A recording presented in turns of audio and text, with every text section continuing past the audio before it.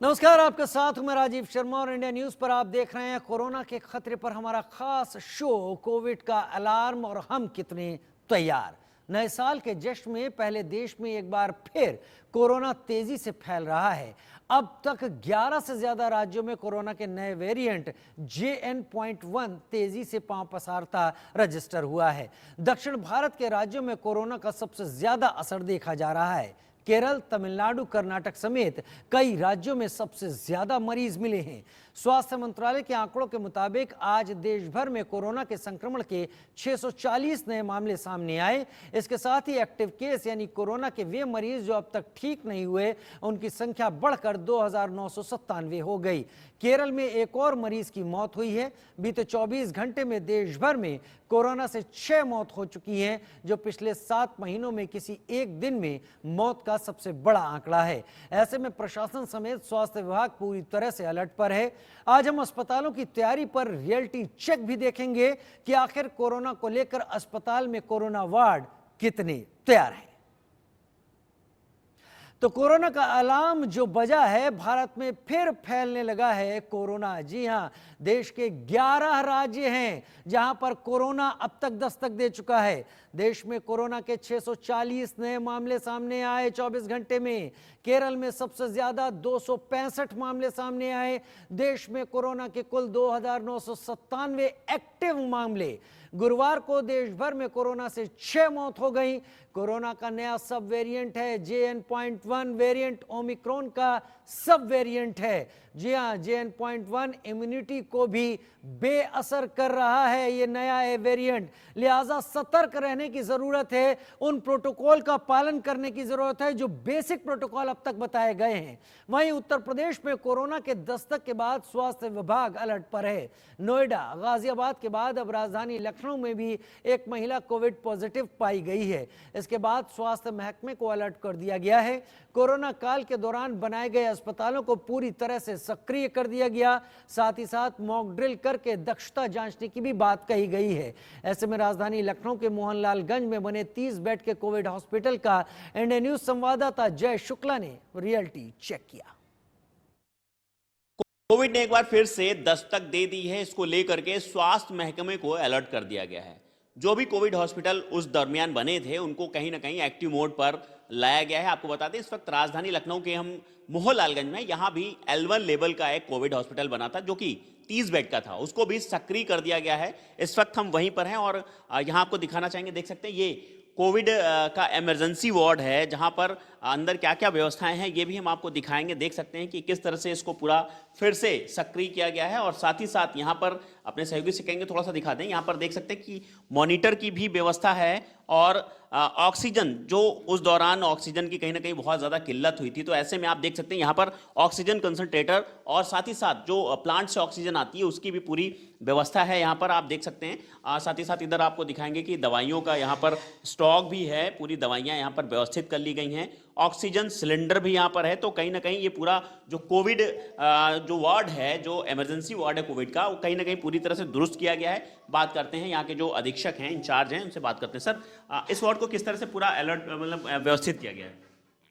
पूरा हम लोग कोविड को देखते हुए पूरी तरह से अलर्ट है। हमारे यहाँ मॉक ड्रिल भी 2 बार हो चुका है और ये पीकू के लिए बनाया गया, स्पेशली बच्चों के लिए 30 बेड का है पूरा हॉस्पिटल है। और पूरी सारी व्यवस्था, हमारा इमरजेंसी वार्ड है, HDU वार्ड है और 4 अलग से जनरल वार्ड है जिसमें सभी पे ऑक्सीजन सप्लाई है हमारी। सर, मान लीजिए कोई इमरजेंसी आती है कोविड, क्योंकि कोविड ने दस्तक दिया है लखनऊ में, ऐसे में अगर कोई इमरजेंसी आती है तो सबसे पहले जो पेशेंट है वो कहाँ पर लाया जाता है?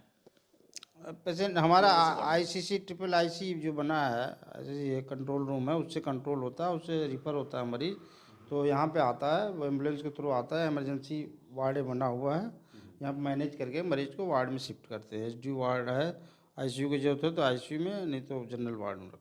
तो बिल्कुल ये इमरजेंसी वार्ड है, मतलब जब कोविड पेशेंट एम्बुलेंस से आता है उस दौरान उसको सबसे पहले यहीं पर एडमिट किया जाता है, जहां पर उसकी सारी सैचुरेशंस ली जाती हैं, यहाँ पर ऑक्सीजन लगाया जाता है और सारी जो प्राथमिक उपचार है वो यहाँ पर पहले दिया जाता है। उसके बाद जो कंडीशन होती, कंडीशन के अकॉर्डिंग उस पेशेंट को फिर वार्ड में शिफ्ट किया जाता है। लखनऊ से इंडिया न्यूज़ के लिए जय शुक्ला। हमारे संवाददाता हमारे साथ लाइव इस वक्त जुड़ रहे हैं। जय शुक्ला लखनऊ से लाइव जुड़ रहे हैं, सुजाता द्विवेदी मुंबई से हमारे साथ लाइव जुड़ेंगी कुछ देर में, प्रशांत यदुवंशी भी हमारे साथ जयपुर से लाइव जुड़ेंगे। लेकिन जय, पहले आपका रुख कर लेते हैं। आपकी रिपोर्ट देखी, लेकिन लखनऊ और उत्तर प्रदेश सरकार की तरफ से क्या जानकारी है? अब तक कोविड की कितनी जानकारी, कोविड के कितने मामले निकल कर आए हैं और किस तरह से अलर्ट मोड में अब उत्तर प्रदेश का स्वास्थ्य विभाग है? बिल्कुल, अगर हम आज की बात करें तो आज राजधानी लखनऊ के लिए काफी राहत भरी खबर रही है, क्योंकि आज कोई भी ऐसा पेशेंट नहीं निकला है कोविड पॉजिटिव। हालांकि 2 दिन पहले एक महिला जो कि थाईलैंड से आई थी और लखनऊ के आलमबाग की रहने वाली थी, वो काफी दिन से सर्दी जुकाम से परेशान थी। उसके बाद उसको जब कोविड टेस्ट हुआ तो कहीं ना कहीं पॉजिटिव निकला, जिसके बाद कहीं ना कहीं एक चौंका देने वाली स्थिति बन गई।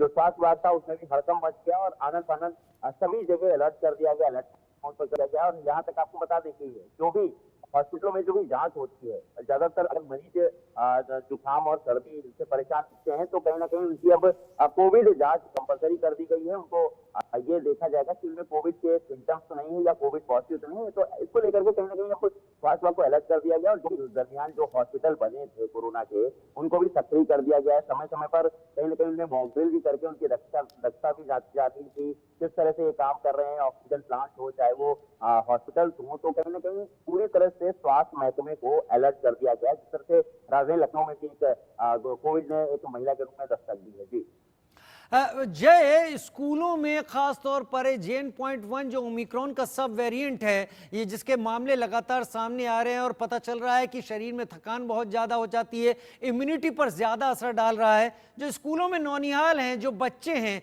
क्या कोई स्कूलों के लिए SOP स्टैंडर्ड ऑपरेटिंग प्रोसीजर या फिर सरकारी दफ्तरों के लिए अभी से कोई SOP लागू किया गया है कि इस तरीके से ही व्यवहार करना है, ऐसे काम करना है? आपको बता दें कि अभी फिलहाल एडवाइजरी नहीं जारी की गई, लेकिन जो जैसा कि जानकारी मिलती है कि लखनऊ के जो DM है वो जितने भी स्वास्थ्य महकमे के अधिकारी हैं उनके साथ में एक बैठक करेंगे। तो बैठक के बाद इस तरह की कुछ ना कुछ जो एक व्यवस्था है उसको जरूर लागू किया। बहुत ज्यादा इम्यूनिटी कम होती है और कोविड कहीं ना कहीं ज्यादा उनके लिए घातक हो सकता है। तो उसको देखते हुए, हालांकि आपको बता दें कि जिस तरह से राजधानी लखनऊ में कोविड ने दस्तक दी है, इसको लेकर के खुद ब खुद अपने आप आदमी अलर्ट हो गया है। खासतौर पर अगर हम स्कूलों की बात करें तो स्कूलों में भी स्कूल प्रबंधन को अपने आप अलर्ट होने की जरूरत है। और वो जो कोविड के उस समय जो प्रोटोकॉल्स थे, वो मास्क हो चाहे वो 2 गज दूरी हो, तो इस तरह के जो भी प्रोटोकॉल्स थे वो शुरू कर दिया है। ज्यादातर स्कूलों में इस चीज को देखा जा रहा है कि वो अभी से ही प्रोटोकॉल का इस्तेमाल करना शुरू कर रहे हैं। जी चलिए, हमारे साथ डॉक्टर ईश्वर गिलाड़ा भी इस वक्त जुड़ गए हैं और चिकित्सा के क्षेत्र में एक बड़ा नाम है। डॉक्टर ईश्वर गिलाड़ा, बहुत बहुत धन्यवाद, आप हमारे साथ जुड़े जानकारियां साझा करने के लिए।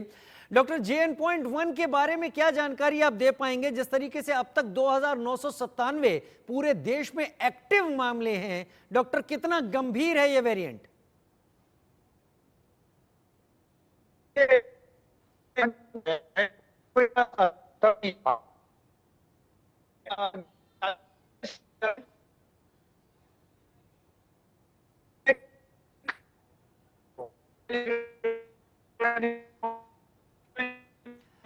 चलिए डॉक्टर आपकी आवाज साफ नहीं आ पा रही, जल्दी आपसे एक बार फिर संपर्क साधने की कोशिश करते हैं। मेरे साथ मेरे सहयोगी जय इस वक्त लगातार जुड़े हुए हैं। जय, स्कूलों और ऑफिसों की बात तो हमने कर ली, लेकिन उत्तर प्रदेश में अभी फिलहाल इस महिला के अलावा जो एक केस सामने आया है, क्या इस महिला के जो जांच में निकला कोविड, उसको जीनोम सीक्वेंसिंग के लिए भी भेजा गया है, पता किया जा सके बाकी चीजों के बारे में?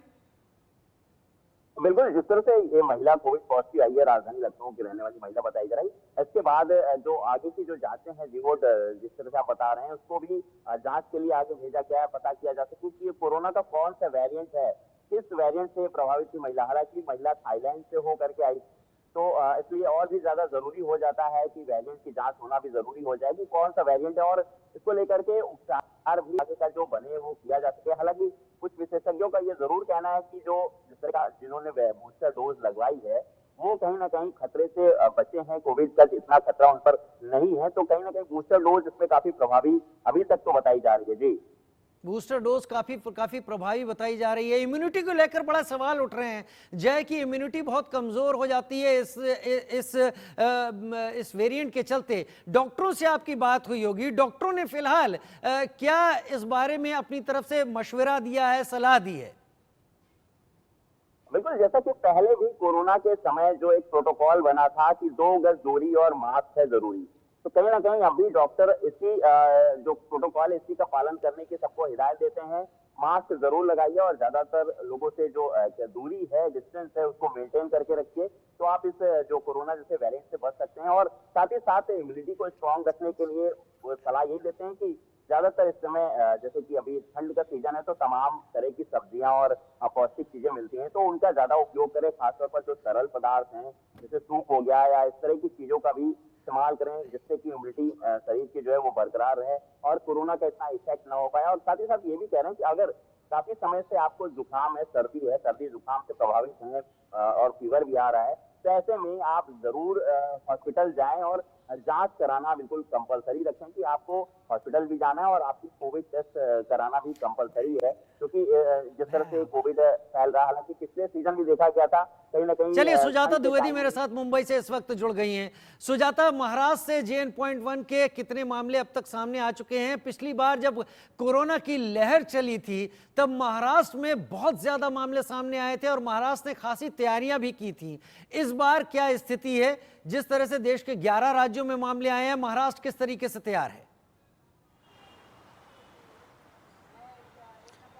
बिल्कुल, और देखिए, बात करें अगर महाराष्ट्र में इस समय कोविड की स्थिति पर, तो JN.1 जो नया वेरिएंट है वो इस समय जो है लगभग एक केस अब तक सिंधुदुर्ग, महाराष्ट्र के सिंधुदुर्ग में, मालवन में, जो जहां पर चिपलुन का इलाका है वहां पर जो है एक केस अब तक पाया गया है। और साथ ही डेली कोविड के केसेस जो है वो अब बढ़ते हुए नजर आ रहे हैं, जिस वजह से जो टेस्टिंग की प्रक्रिया है वो भी बढ़ा दी गई है। इसी के साथ मुंबई में जो तमाम ऐसे हॉटस्पॉट्स है जहां पर जो कोविड के केसेस उनके बढ़ने की संभावना ज्यादा है, वहां पर BMC द्वारा अब रेगुलर टेस्टिंग की जा रही है। और इसी के साथ लोगों को भी, हालांकि एक तरफ BMC ने एडवाइजरी जारी करते हुए कहा है कि पैनिक की हालांकि इस समय स्थिति नहीं है, लेकिन लोगों को अपने द्वारा, अपने जरिए जो है प्रिकॉशंस लेने की बहुत ज्यादा जरूरत है, जिसके चलते अगर आप देखें तो इस समय रेगुलर टेस्टिंग के साथ साथ जो है सभी लोगों को प्रिकॉशंस दिए गए हैं कि वो भीड़ भाड़ वाली जगहों पर जो है मास्क लगाकर घूमे। और